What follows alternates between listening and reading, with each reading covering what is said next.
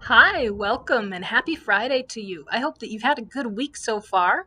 I'm Mary, a librarian at the Claremont Branch Library, and I'm excited and happy to have you joining as we read two more chapters in Tik-Tok of Oz by L. Frank Baum. You remember yesterday's reading?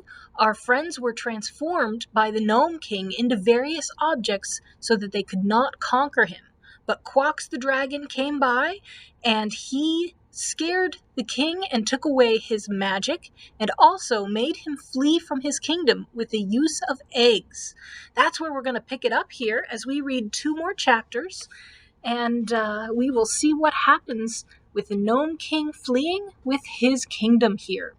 This is chapter 19, and it's called King Calico. After the king had made good his escape, Files said to the dragon in a sad voice, "Alas, why did you not come before? Because you were sleeping instead of conquering. The lovely Rose Princess has become a fiddle without a bow, while poor Shaggy sits there, a cooing dove." "Don't worry," replied Quox. "Tiddy Hoochoo knows how his business works, and I had my orders from the great Jinjin himself. Bring the fiddle here, and touch it lightly to my pink ribbon." Files obeyed, and at the moment of contact with the ribbon, the Gnome King's charm was broken, and the Rose Princess herself stood before them as sweet and smiling as ever. The dove, perched on the back of the throne, had seen and heard all this, so without being told what to do, it flew straight to the dragon and alighted on the ribbon. Next instant, Shaggy was himself again, and Quox said to him grumbling, "Please get off my left toe, Shaggy Man, and be more particular where you step." "I beg your pardon," replied Shaggy, very glad to resume his natural form. Then he ran to lift the heavy diamond off Tik-Tok's chest and to assist the Clockwork Man to his feet. "Many thanks," said Tik-Tok. "Where is the wicked king who wanted to melt me in a crucible?" "He has gone, and gone for good," answered Polychrome, who had managed to squeeze into the room beside the dragon, and had witnessed these occurrences with much interest. "But I wonder where Betsy, Bobbin, and Hank can be, and if any harm has befallen them." "We must search the cavern until we find them," declared Shaggy. But when he went to the door leading to the other caves, he found it shut and barred. "I've a pretty strong push in my forehead," said Quox, "and I believe I can break down that door, even if it's made of solid gold." "But you are a prisoner, and the chains that hold you are fastened in some other room, so we cannot release you," Files said anxiously. "Oh, never mind that," returned the dragon. "I have remained a prisoner only because I wished to be one." And with this, he stepped forward and burst the stout chains as easily as if they had been threads. But when he tried to push the heavy metal door, even his mighty strength failed, and after several attempts, he gave it up and squatted himself in a corner to think of a better way. "I'll open the door," asserted Tik-Tok, and going to the king's big gong, he pounded upon it until the noise was almost deafening. Calico, in the next cavern, was wondering what had happened to Rigetto, and if he had escaped the eggs and outwitted the dragon. But when he heard the sound of the gong, which had so often called him into the king's presence, he decided that Rigetto must have been victorious. So he took away the bar, threw open the door, and entered the royal cavern. Great was his astonishment to find the king gone and the enchantments removed from the princess and Shaggy. But the eggs were also gone, and so Calico advanced to the dragon, whom he knew to be Tiddy Hoochoo's messenger, and bowed humbly before the beast. "What is your will?" he inquired. "Where is Betsy?" demanded the dragon. "Safe in my own private room," said Calico.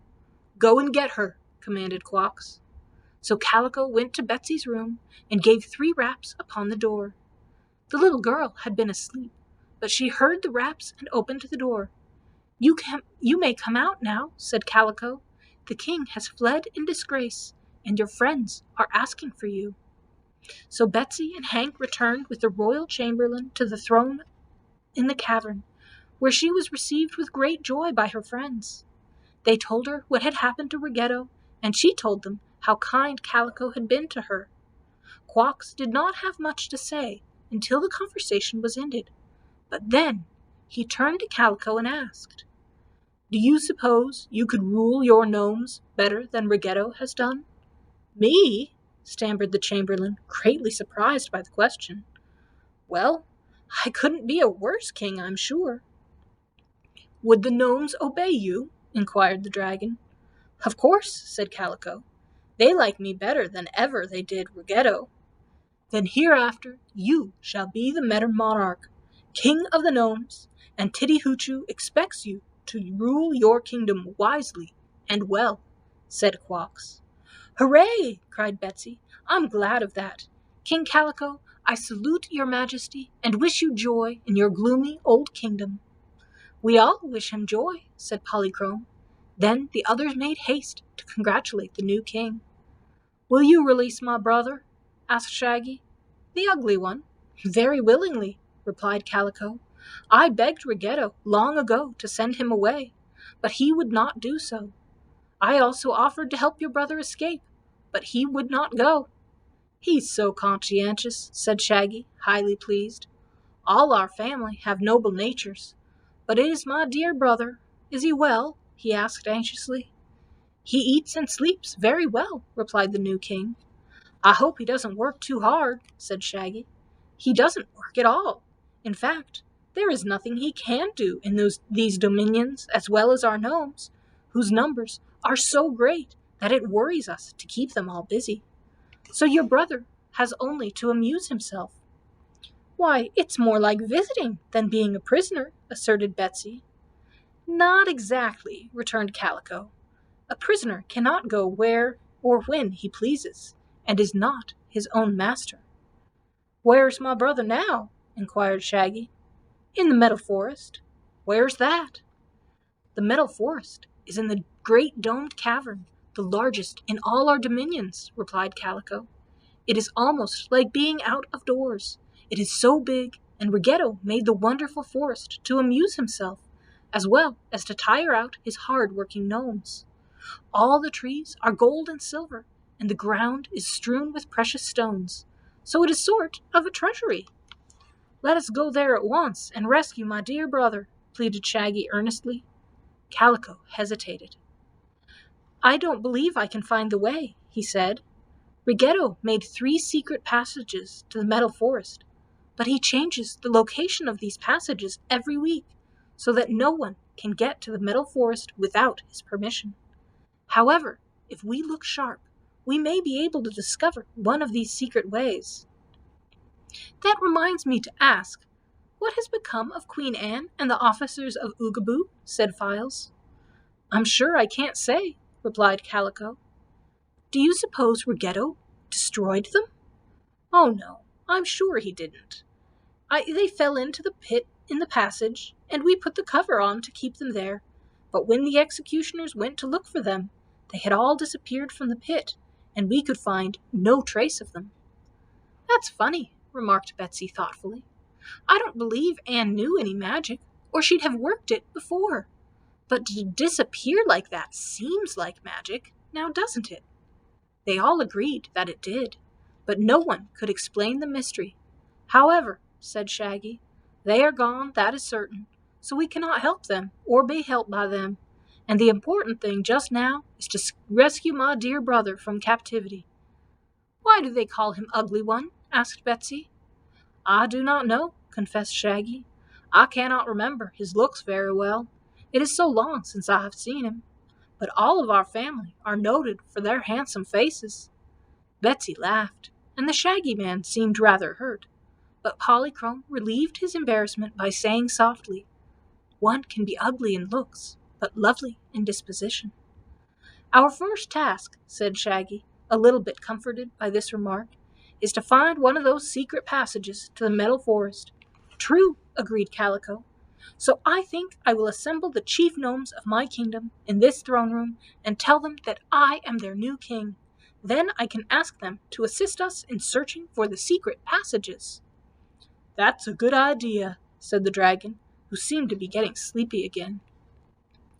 Calico went to the big gong and pounded on it just as Ruggedo used to do. But no one answered the summons. "Of course not," he said, jumping up from the throne where he seated himself. "That's my call, and I am still the royal chamberlain, and I will be until I appoint another in my place."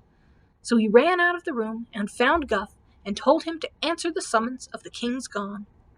Having returned to the royal cavern, Calico first pounded the gong and then sat on the throne, wearing Ruggedo's discarded ruby crown and holding in his hand the scepter which Ruggedo had so often thrown at his head. When Guff entered, he was amazed. "Better get out of that throne before old Ruggedo comes back," he said warningly. "He isn't coming back, and I am now king of the gnomes in his stead," announced Calico. "All of which is quite true," asserted the dragon, and all of those who stood around the throne bowed respectfully to the new king. Seeing this, Guff also bowed, for he was glad to be rid of such a hard master as Ruggedo. Then Calico, in quite a kingly way, informed Guff that he was appointed the royal chamberlain, and promised not to throw the scepter at his head unless he deserved it. All this being pleasantly arranged, the new chamberlain went away to tell the news to all the gnomes of the underground kingdom, every one of whom would be delighted with the change in the new king. Chapter 20. Quox quietly leaves. When the chief gnomes assembled before their new king, they joyfully saluted him and promised to obey his commands. But when Calico questioned them, none knew the way to the Metal Forest, although he had assisted it in its making. So the king instructed them to search carefully for one of the passages and to bring him the news as soon as they had found it. Meantime, Quox had managed to back out of the rocky corridor and so regained the open air and his old station on the mountainside. There he lay upon the rocks, sound asleep, until the next day. The others of the party were all given as good rooms as possible in the caverns of the gnomes, for King Calico felt that he was indebted to them for his promotion and was anxious to be as hospitable as he could. Much wonderment had been caused by the absolute disappearance of the 16 officers of Oogaboo and their queen. Not a gnome had seen them, nor were they discovered during the search for the passages leading to the Metal Forest. Perhaps no one was unhappy over their loss, but all were curious to know what had become of them. On the next day, when our friends went to visit the dragon, Quox said to them, "I must now bid you goodbye, for my mission here is finished, and I must depart for the other side of the world, where I belong." "Will you go through the tube again?" asked Betsy. "To be sure, but it will be a lonely trip this time, with no one to talk to, and I cannot invite any of you to go with me. Therefore, as soon as I slide into the hole, I shall go to sleep, and when I pop out the other end, I will wake up at home." They thanked the dragon for befriending them, and wished him a pleasant journey. Also, they sent their thanks to the great Jinjin, whose just condemnation of Ruggedo had served their interests so well. Then Quox yawned and stretched himself, and ambled over to the tube, into which he slid head foremost and disappeared. They really felt as if they had lost a friend, for the dragon had been both kind and sociable during their brief acquaintance with him. But they knew it was his duty to return to his own country. So they went back to the caverns to renew the search for the hidden passages that led to the forest, but for 3 days all efforts to find them proved in vain. It was Polychrome's custom to go every day to the mountain and watch for her father, the rainbow, for she was growing tired with wandering upon the earth and longed to rejoin her sisters in their sky palaces. And on the 3rd day, while she sat motionless upon a point of rock, whom should she see slyly creeping up the mountain but Ruggedo? The former king looked very forlorn. His clothes were soiled and torn, and he had no sandals upon his feet or hat upon his head. Having left his crown and scepter behind when he fled, the old gnome no longer seemed kingly, but more like a beggar man. Several times had Ruggedo crept up to the mouth of the caverns, only to find the 6 eggs still on guard.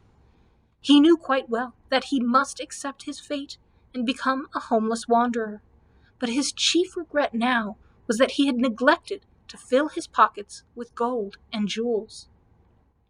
He was aware that a wanderer with wealth at his command would fare much better than one who was a pauper, so he still loitered around the caverns wherein he knew so much treasure was stored, hoping for a chance to fill his pockets.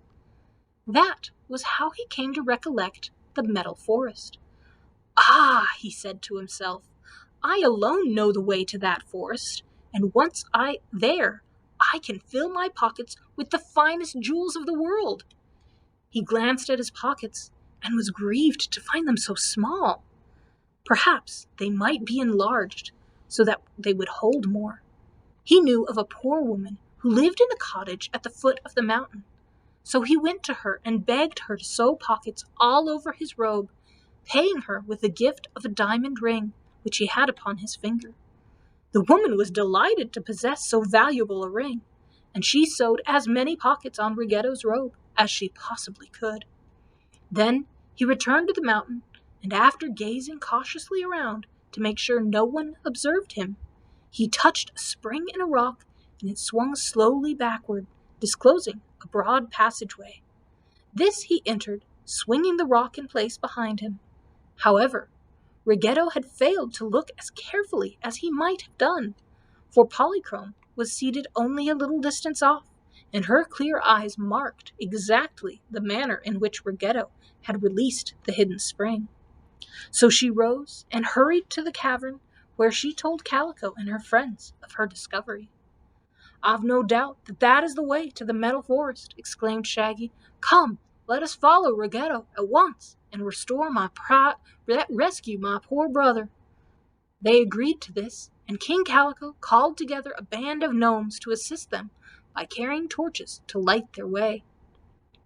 The metal forest has a brilliant light of its own, he said, but the passage across the valley is likely to be dark.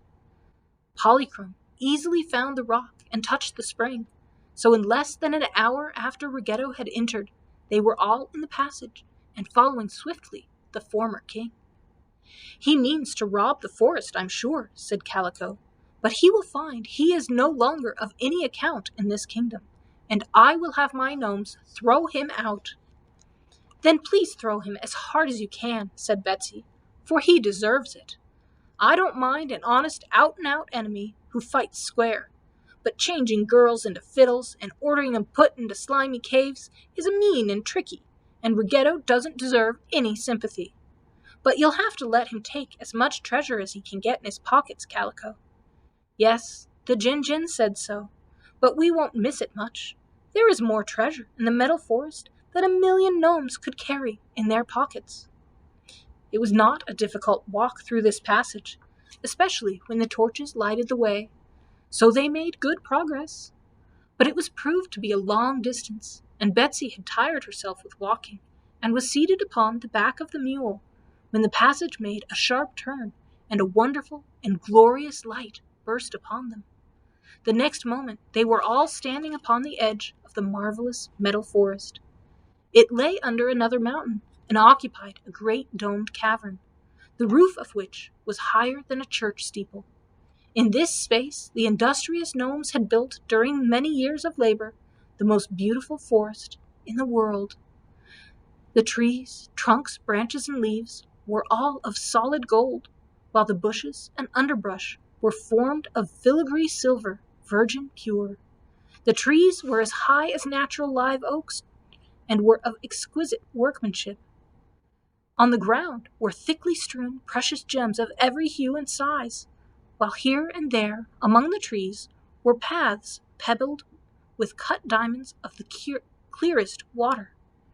Taken altogether, more treasure was gathered in this metal forest than is contained in all the rest of the world. If we except the land of Oz, where perhaps the value is equaled in the famous Emerald City. Our friends were so amazed at the sight that for a while they stood gazing in wonder. Then Shaggy exclaimed, "My brother, my dear lost brother! Is he indeed a prisoner in this place?" "Yes," replied Calico. "The ugly one has been here for 2 or 3 years, to my positive knowledge." "But what could he find to eat?" inquired Betsy. "It's an awfully swell place to live in, but one can't breakfast on rubies and diamonds, or even gold." "One doesn't need to, my dear," Calico assured her. "The metal forest does not fill all of this great cavern, by any means. Beyond these gold and silver trees are other trees of the real sort, which bear foods nice to eat. Let us walk in that direction, for I am sure we will find Shaggy's brother in that part of the cavern rather than in this." So they began to tramp over the diamond-pebbled paths, and at every step they were more and more bewildered by the wondrous beauty of the golden trees with their glittering foliage. Suddenly they heard a scream. Jewels scattered and in every direction, as someone hidden among the bushes scampered away before them. Then a loud voice cried, "Halt!" and there was the sound of a struggle. And we're going to end our reading there today, so you will just have to come back on Monday to find out what happens with that struggle, who is in the struggle, and whether Shaggy's brother is really there. So come back on Monday to find out what's going to happen. We'll actually be doing a reading Monday and Tuesday, and that will finish this book, and we will start another book on Wednesday. So come back Monday, find out what's going on in the metal forest, and we will finish up the book in 2 more days. I hope that you have a wonderful weekend, and I look forward to seeing you on Monday.